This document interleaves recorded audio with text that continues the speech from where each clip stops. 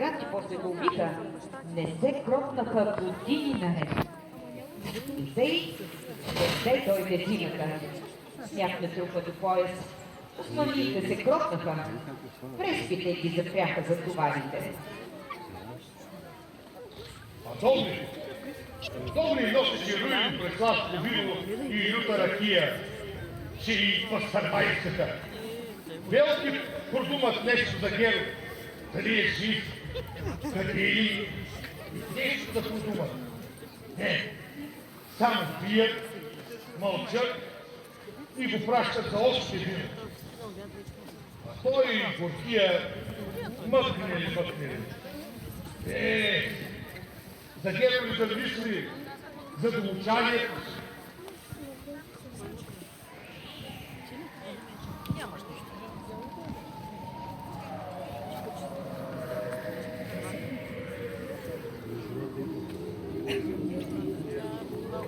Че сега се ходи на трети наши зимата.